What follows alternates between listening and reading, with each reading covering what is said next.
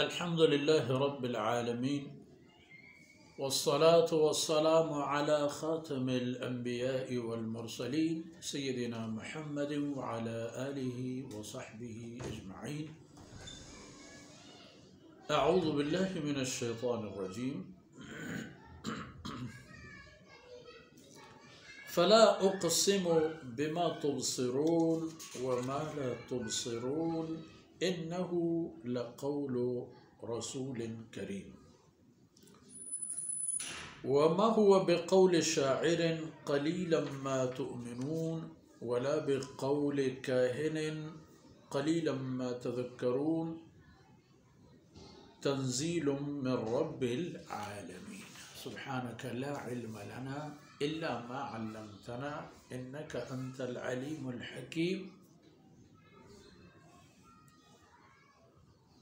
رب اشرح لي صدري ويسر لي أمري واحلل عقدة من لساني يفقه قولي واجعل لي وزيرا من أهلي رب زدني علما وارزقني فهما ثم أما بعد. گرامی قدر بھائیوں، بہنوں اور پیارے بچوں،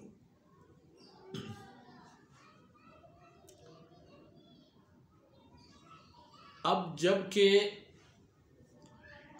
قیامت کے مناظر،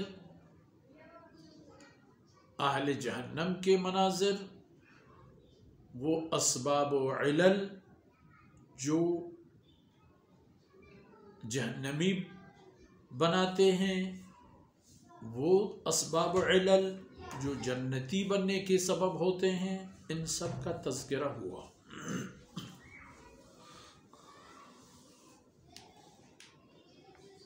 اب قرآن کریم کے بارے میں بھی کچھ بات ہو جائے. جو مرکز ہے، جو نور ہے، جو نجات کی ضامن ہے، جو شفا ہے، جو سراج منیر ہے، جو صراط مستقیم ہے، اس کے بارے میں بھی چند ایک باتیں ہو جائیں. تو فرمایا وَلَوْ فَلَا أُقْسِمُ بِمَا تُبْصِرُونَ وَمَا لَا تُبْصِرُونَ. قسم ہے ان چیزوں کی جو بنی نوع انسان کے مشاہدے میں آتی ہیں، اور ان چیزوں کی بھی جو انسان کی نظر سے اوجل ہے. انسان کی نظر سے اوجل ہونے کی وجہ دو ہو سکتے ہیں، یا ان چیزوں کی طویل فاصلہ، ان کا بعد، یا ان کا حجم جو اپنی جسامت کے اعتبار میں اتنی حقیر اور چھوٹی کہ ہر ایک کو نظر نہ آئے، بغیر کسی ذریعے کے وہ دیکھنے میں نہ آئے. ان چیزوں کے نام لے کر تبصرون و ما لا تبصرون کے ایک پورے کائنات میں جتنے بھی موجودات ہیں، یا تو نظر آتی ہیں یا نظر نہیں آتی. جنات اور ملائکہ کرام نظر نہیں آتی، ان کو اللہ رب العزت نے اسی طرح کی ایک جان اور ایک حیثیت دی ہے. ہوا نظر نہیں آتی، مٹاس نظر نہیں آتی، اور کیفیات نظر نہیں آتی ہیں. یہ سب مخلوقات ہیں اللہ کی، لیکن انسانی زندگی انہی وسائل کے ارد گرد گھومتی ہے. یہ اس کے لمحہ لمحہ روزمرہ زندگی کے استعمال میں آنے اور لانے والی چیزیں ہیں، جو کبھی انسان کو استعمال کرتی ہیں تو کبھی انسان سے استعمال ہوتی. تو ان سب موجودات کی سوگند جو اللہ رب العزت نے پیدا فرمائے ہیں، اور ان میں سے ہر ایک جو اللہ نے پیدا فرمایا ہے اور میرے اور آپ کے لیے اہم ہے. جی یاد رکھیں، کوئی چیز بیکار نہیں.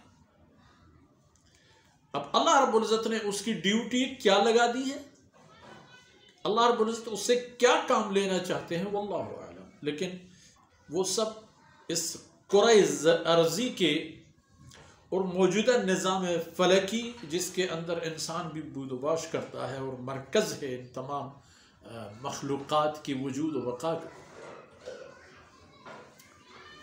ان کے حوالے پر یہ بات سمجھنے کی قابل ہے کہ یہ سب اہم ہے۔ تو پھر یاد رکھیے کہ یہ قرآن اللہ کے قاصد لایا ہے، لقول رسول کریم، یعنی یہ مہربان اور معزز قاصد کی باتیں ہیں، لیکن معنی یہ نہیں کہ وہ باتیں اس نے اپنی طرف سے کہی ہوں گی۔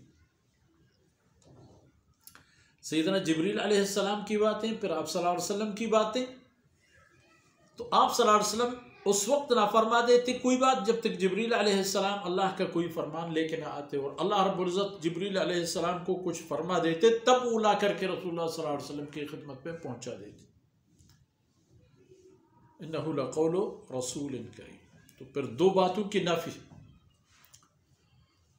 دو الزامات اور دو طرح کی تصورات کی نفی۔ ایک یہ کہ یہ لوگ کہا کرتے تھے کہ پیغمبر محمد صلی اللہ علیہ وسلم شاعر ہے، تو اس کے لیے انہوں نے چیلنج بھی کی، چلو شاعر ہے تو تم لوگ تو قریش مشہور ہے پورے عرب میں، خطے میں، قرآن کے پہلے مخاطب عرب ہیں، اور سامنے موجود جناب رسول اللہ صلی اللہ علیہ وسلم کی روبرو وہ قریش ہیں، اتنے شاعر، اتنے ماہر لسانیات اپنے لغتوں کے حوالے پر اور اپنے لہجوں پر اتنے مسلط کہ ہر ایک کا دوسرے پر لمبا ہاتھ ہوا کرتا تھا۔ تو لاؤ نا کوئی مقابلہ پھر، لیکن لن یأتوا بمثلہ ولو کان بعضهم لبعض ظہیرا، چاہے وہ ایک دوسرے کے مددگار بھی ہو جائیں تب بھی وہ متبادل نہیں لا سکیں گے۔ فرمایا یہ اللہ کی باتیں ہیں، وما هو بقول الشاعر، آپ لوگ کہتے ہو یہ شاعر ہے، یہ بات ثابت ہو گئی کہ یہ شاعر نہیں ہے۔ آپ لوگوں نے اس کا مقابلہ بھی کیا، آپ لوگوں نے اس کے آیتوں پر تدبر اور بہت غور و فکر کیا، بہت سوچا، بہت باتیں بنا لی، بہت اپنے انداز میں مقابلہ کرنے کی کوشش کی، لیکن آخر نتیجہ یہ نکلا کہ آپ لوگوں نے اعلان کہا کہ ما ھذا قول البشر، یہ کوئی انسان کی بات نہیں۔ تو وما هو بقول الشاعر قلیلا ما تؤمنون، لیکن اس بات پر کہ کسی شاعر کی بات نہیں ہے اور رسول اللہ صلی اللہ علیہ وسلم شاعر نہیں ہے، اس بات کو تم کم لوگ قبول کرتے ہو۔ اور دوسری بات کہ تم لوگوں کا خیال ہے کہ آپ صلی اللہ علیہ وسلم کاہن ہیں، ساحر ہیں، اپنی شیرین زبانی سے لوگوں کو مسخر کرتے ہیں۔ تو بدبختو یہ دیکھو، آپ صلی اللہ علیہ وسلم کی باتیں میٹھی ہیں، متواضع قسم کی ہیں، جاندار ہیں، پیار اور محبت سے بری ہوئے، لیکن باتوں کے وزن بھی تو دیکھو کہ حقائق سے وہ کتنے قریب ہیں۔ جب ایک ایک فرمود الہی آپ کے لیے حقائق کے اتنے دروازے کھول دے کہ آپ کے لیے تاریکی سے تاریکی کے اندر رہنا محال ہو جائے، تو پھر کیسے آپ لوگ کہتے ہیں کوئی کسی کاہن یا جادوگر کا قول ہے؟ ایسی کوئی بات نہیں۔ تو پھر کیا بات ہے؟ بات یہ ہے کہ تنزیل من رب العالمین، تنزیل من رب العالمین، یہ اتاری گئی کتاب ہے اللہ رب العزت کی طرف سے، پورے کائنات کو پالنے والے اللہ کی طرف سے یہ کتاب ہے، اللہ کی باتیں ہیں، اللہ کے فرمودات ہیں، اللہ کے احکامات ہیں، اور کچھ نہیں، بس بات صرف یہی ہے۔ اب بجائے اس کے کہ تم جہنم کا انتخاب کرو، اللہ کے غضب کے شکار ہو جاؤ اور جہنم کے اندر جا کر کے زنجیروں میں بند ہو جاؤ، اس سے بہتر تو یہ ہے کہ اللہ کے اس کلام کو من وعن قبول کرو اور اس کے احکامات پر چل کر اپنے دنیا اور آخرت کی سربلندی حاصل کرو۔ بہتر تو پھر یہی ہے، اسی راستے کو اپناؤ۔ اور انہیں معروضات پر آج کی باتیں اختتام پذیر ہوتی ہیں۔ اللہ رب العزت ہم سب سے راضی ہو جائے، ہماری کوتاہیوں سے درگزر فرمائے، ہمیں دین و دنیا میں اللہ رب العزت قرآن کے احکامات کے تابع بننے کی سعادت نصیب فرمائے۔ وصلی اللہ علی نبینا محمد وعلی آلہ وصحبہ اجمعین۔